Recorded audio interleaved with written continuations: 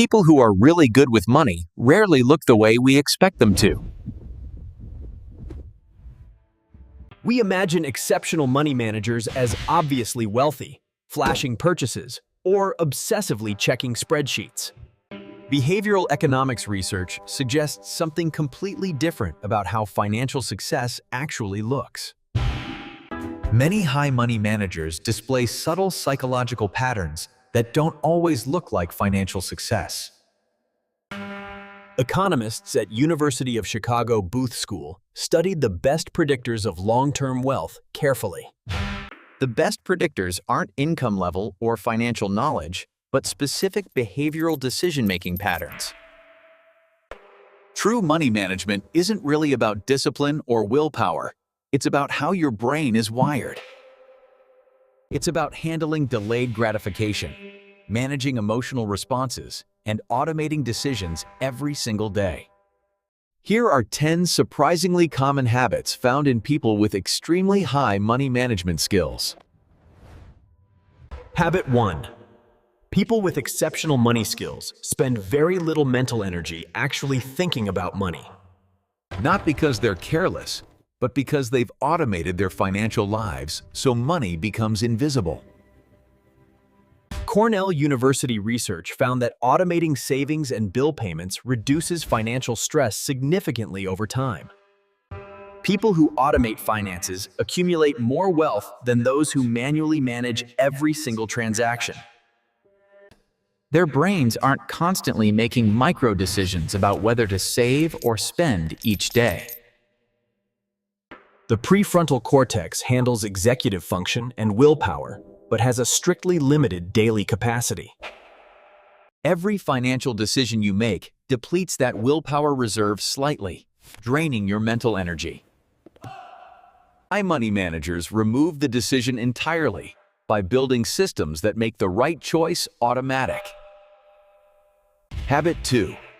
Many exceptional money managers describe debt not as a concept, but as a physical sensation.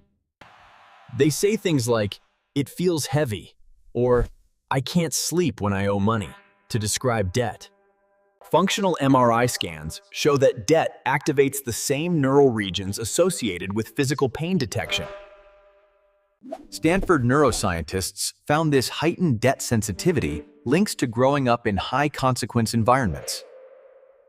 Their brains learned early that owing something meant real danger, creating a drive to eliminate debt fast. This creates an almost unconscious drive to eliminate debt as quickly as humanly possible for them. Habit 3. People with high money skills think in percentages and ratios rather than raw dollar amounts. Instead of thinking $50 saved, they think 2.5% of my monthly income set aside this month. Instead of seeing $200 shoes, their brain automatically calculates 8 hours of labor traded away. Research in the Journal of Consumer Psychology found percentage framers make significantly more rational financial decisions. This framing engages different neural pathways, interrupting the emotional, "I want those shoes" response automatically. They can't help but see the percentage, the trade-off, the opportunity cost in every purchase they consider. This creates natural friction against impulsive spending, incidental, sometimes exhausting, but consistently effective for them. Habit 4. People with exceptional money skills feel genuine pleasure from watching their numbers grow over time. Most people get a dopamine hit from spending, the anticipation, the purchase, the exciting new thing. But high money managers get that same dopamine response from watching savings or investments increase instead. A 2018 University of Pennsylvania brain imaging study confirmed heightened reward activation when account balances grow. Their brains literally find saving rewarding in the same way other brains find spending rewarding, neurologically. This isn't about being cheap. Their brain chemistry genuinely gives them pleasure from accumulation, not acquisition. The dopamine hit from buying something fades quickly, but satisfaction from compound interest never gets old. Habit 5. High money managers overthink small daily purchases while making large financial decisions relatively quickly.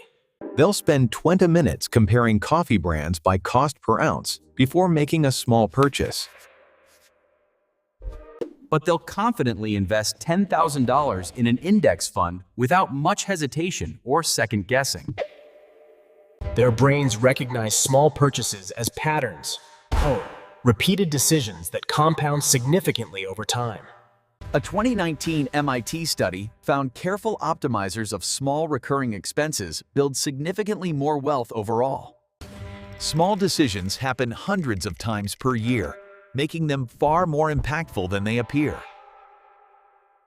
Large financial decisions have usually been pre-decided through research and planning, so execution is simple. Habit 6. People with exceptional money skills feel genuinely uncomfortable when spending rises to match their income. Most people experience lifestyle creep around it. As income rises, spending automatically rises to match it closely. But high money managers describe a psychological resistance when spending starts to match their income too closely. The National Bureau of Economic Research found that maintaining large income-to-spending gaps builds wealth far faster. Their brain anchors to a spending baseline, and increasing it feels wrong, like wearing ill-fitting shoes. This creates social friction. Friends wonder why they still drive the same car or haven't upgraded their house. Their internal comfort zone hasn't shifted just because their bank account has grown substantially over time. Habit 7. People with high money skills treat their future self as a genuinely real person. When they imagine themselves at 65, retired, living on savings daily, that person feels completely real to them. Stanford's Virtual Human Interaction Lab found that interacting with aged avatars dramatically changes people's saving behavior. But some people naturally have this mental connection to their future self without needing any technology. Their prefrontal cortex maintains vivid models of their future self, giving that person a voice in decisions. Considering a purchase, they ask, "Does 5-year-old me wish I had this or invested this instead?" They genuinely care what that future person thinks, because to them, that future person is already completely real. Habit 8.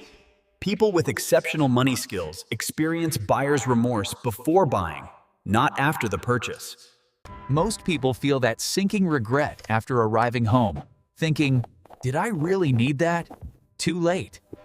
High money managers feel the regret in advance. Psychologists call this effective forecasting of emotions. A 2017 Princeton study found strong effective forecasters make fewer impulsive purchases and report more long-term satisfaction. Their brain runs the simulation. I buy this, I get home, I feel foolish. And they feel it now. It creates a natural brake on impulse spending through accurate emotional prediction rather than sheer willpower. Habit 9. High money managers carry detailed mental scenarios of financial catastrophe crowds, and that is protective. Job loss, medical emergency, economic collapse, and they've mentally walked through these disaster scenarios repeatedly already. This relates to defensive pessimism, setting low expectations and mentally rehearsing potential problems in advance. Wellesley College research found defensive pessimists actually perform better in uncertain situations they've pre-processed. For financially skilled people, they've already grieved income loss and planned for the market crash in advance. It's not fun, but it drives them to build emergency funds, diversify income, and avoid dangerous over-leveraging. They can vividly imagine what happens without these protection support, and that vision keeps them building defenses. Habit 10. People with exceptional money skills often struggle with guilt around spending even on themselves. Even when they can afford it, even when savings goals are met saving, the guilt about spending still persists.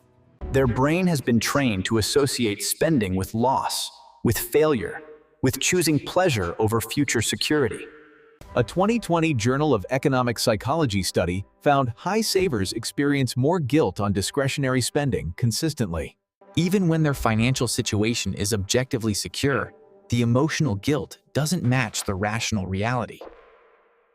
They know they can afford that vacation, that nice dinner, that new laptop lately, but it still feels wrong. It feels like betraying themselves, like getting amped, like breaking a promise made to their future self long ago. Here's what nobody tells you about being good with money. Sometimes it genuinely doesn't feel good at all. Sometimes it feels like constantly denying yourself, even when the denial is no longer truly necessary anymore. Now let's talk about what this really means, because these 10 habits don't all look like advantages. Some habits look like anxiety. Some look like overthinking. Some look like an inability to enjoy the present. The psychology of money management is complicated and dense. These aren't people who've mastered simple financial techniques.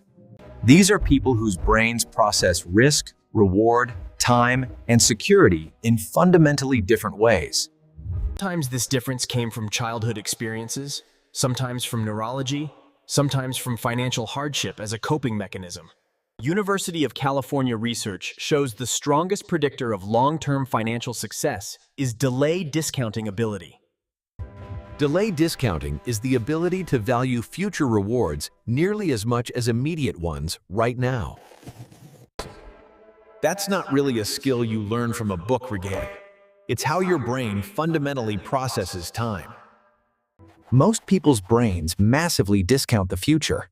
$1 today feels worth far more than in 10 years. But people with exceptional money skills have flatter discounting curves.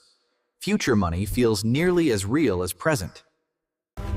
That flatter curve changes everything about how you make decisions every single day of your financial life. Your entire financial life might be shaped not by your knowledge or discipline, but by how your brain discounts future value. That's simultaneously liberating and uncomfortable to truly understand about yourself and your financial patterns. Liberating because if you struggle with money, you're not broken or lazy, your brain just weights time differently. Uncomfortable because it suggests financial success might be less about choice than we comfortably like to believe. But here's where it gets hopeful. The baseline tendency may be neurological, but behaviors can be learned. Even if your brain discounts the future heavily, you can build systems that work around that limitation. Automatic transfers, artificial friction on spending, and gamification of saving create the same financial outcomes effectively. These create the same outcomes without requiring the same natural neurological wiring to be born with. People with exceptional money skills aren't special because of these patterns. They're just lucky their psychology aligns. But you can build the same architecture externally through systems and automation without needing the natural wiring. Let's acknowledge these psychological patterns come with very real costs that rarely get discussed openly. The constant forward thinking can create anxiety, even when there is no present financial danger at all. The guilt around spending can prevent genuinely enjoying the fruits of your own hard labor over time. The mental rehearsal of catastrophe can make it hard to feel secure, even when you actually are secure. The difficulty relating to free spending people can create real social isolation over time for these individuals. Neither approach to money is objectively better. They represent genuinely different ways of experiencing life. A person who lives fully in the present, spending what they earn, not worrying about retirement slave, they're not wrong. They're experiencing life in a different way, probably having more fun now, and feeling less anxious overall. They're probably more socially connected because they share experiences freely, rather than calculating each expenditure's cost. The aggressive saver who can't enjoy spending, constantly running disaster scenarios, they're not better, just different. They're trading present pleasure for future security, and that's a genuine trade-off, not a moral virtue. Both approaches are valid, but our society simply treats one as responsible and one as irresponsible unfairly. Really, they're just different neurological responses to uncertainty and time, not moral failures or successes. One brain says the present is certain, the future is abstract roles. Optimize for right now instead. Another brain says the future is inevitable, done. Prepare for it constantly, every single day, without fail. Neither perspective has the complete truth-making. Both capture something real about navigating life and finances. If you recognize yourself in these 10 habits, you're not superior, Ted. You're wired a certain way.